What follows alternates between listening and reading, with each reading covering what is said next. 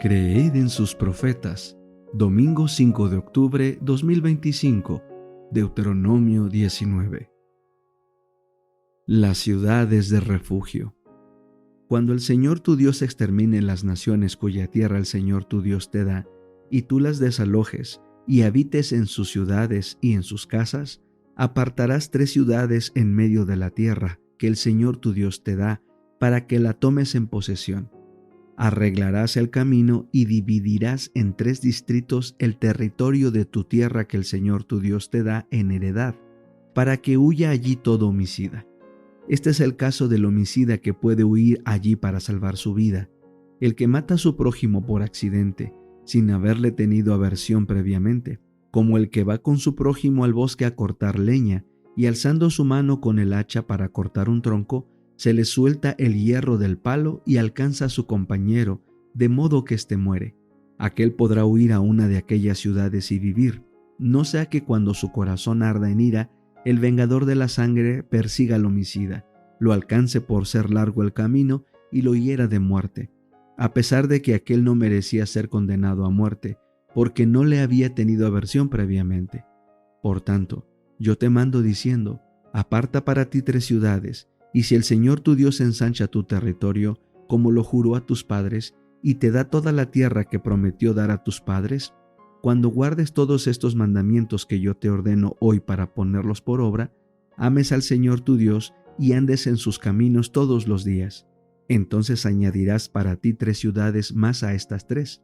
Así no será derramada sangre inocente en medio de tu tierra que el Señor tu Dios te da por heredad, de modo que haya sobre ti culpa de sangre.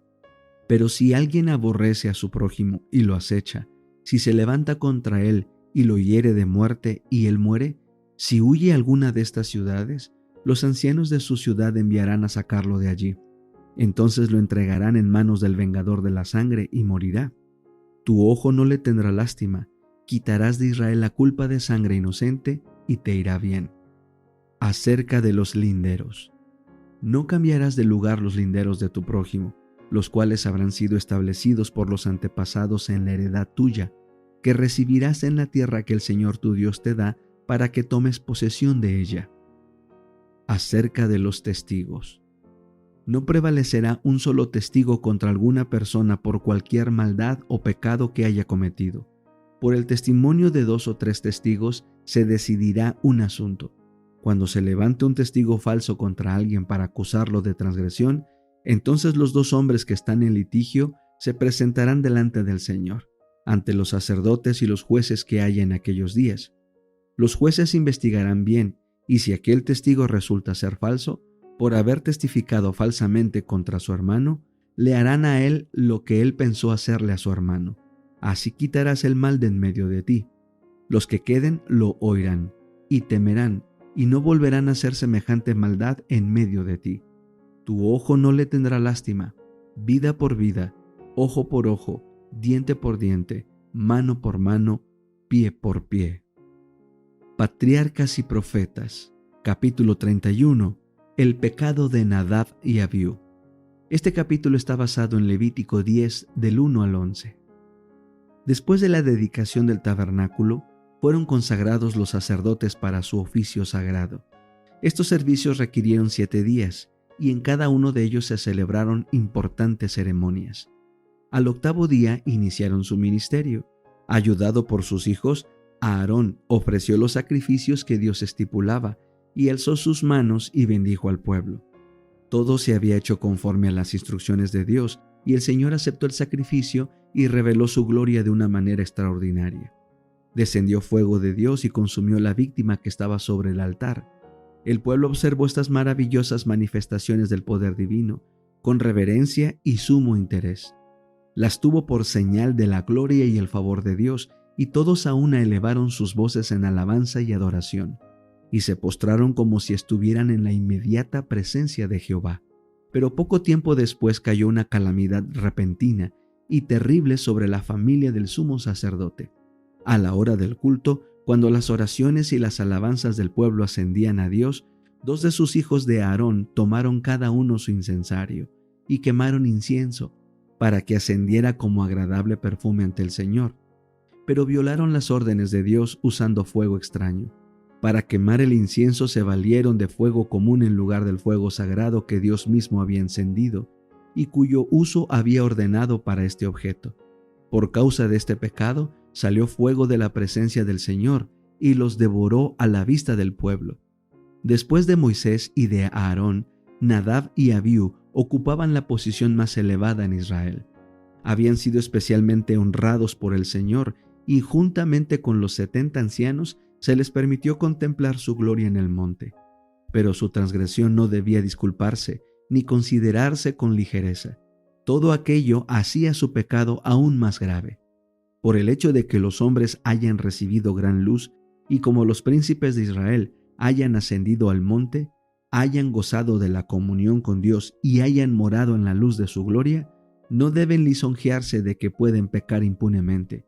No deben creer que porque fueron honrados de esa forma, Dios no castigará estrictamente su iniquidad. Este es un engaño fatal.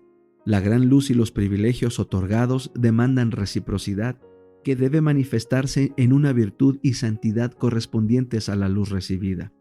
Dios no aceptará nada menos que esto.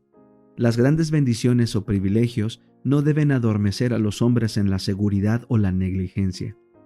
Nunca deben dar licencia para pecar, ni deben creer los favorecidos que Dios no será estricto con ellos. Todas las ventajas que Dios concede son medios suyos para dar ardor al espíritu, celo al esfuerzo y vigor en el cumplimiento de su santa voluntad. En su juventud, Nadab y Abiú no fueron educados para que desarrollaran hábitos de dominio propio. La disposición indulgente del padre, su falta de firmeza en lo recto, lo habían llevado a descuidar la disciplina de sus hijos. Les había permitido seguir sus propias inclinaciones. Los hábitos de complacencia propia, practicados durante mucho tiempo, los dominaban de tal manera que ni la responsabilidad del cargo más sagrado tenía poder para romperlos. No se les había enseñado a respetar la autoridad de su padre, y por eso no comprendían la necesidad de ser fieles en su obediencia a los requisitos de Dios. La indulgencia equivocada de Aarón respecto a sus hijos los preparó para que fueran objeto del castigo divino. Dios quiso enseñar al pueblo que debía acercarse a Él con toda reverencia y veneración, y exactamente como Él indicaba. El Señor no puede aceptar una obediencia parcial.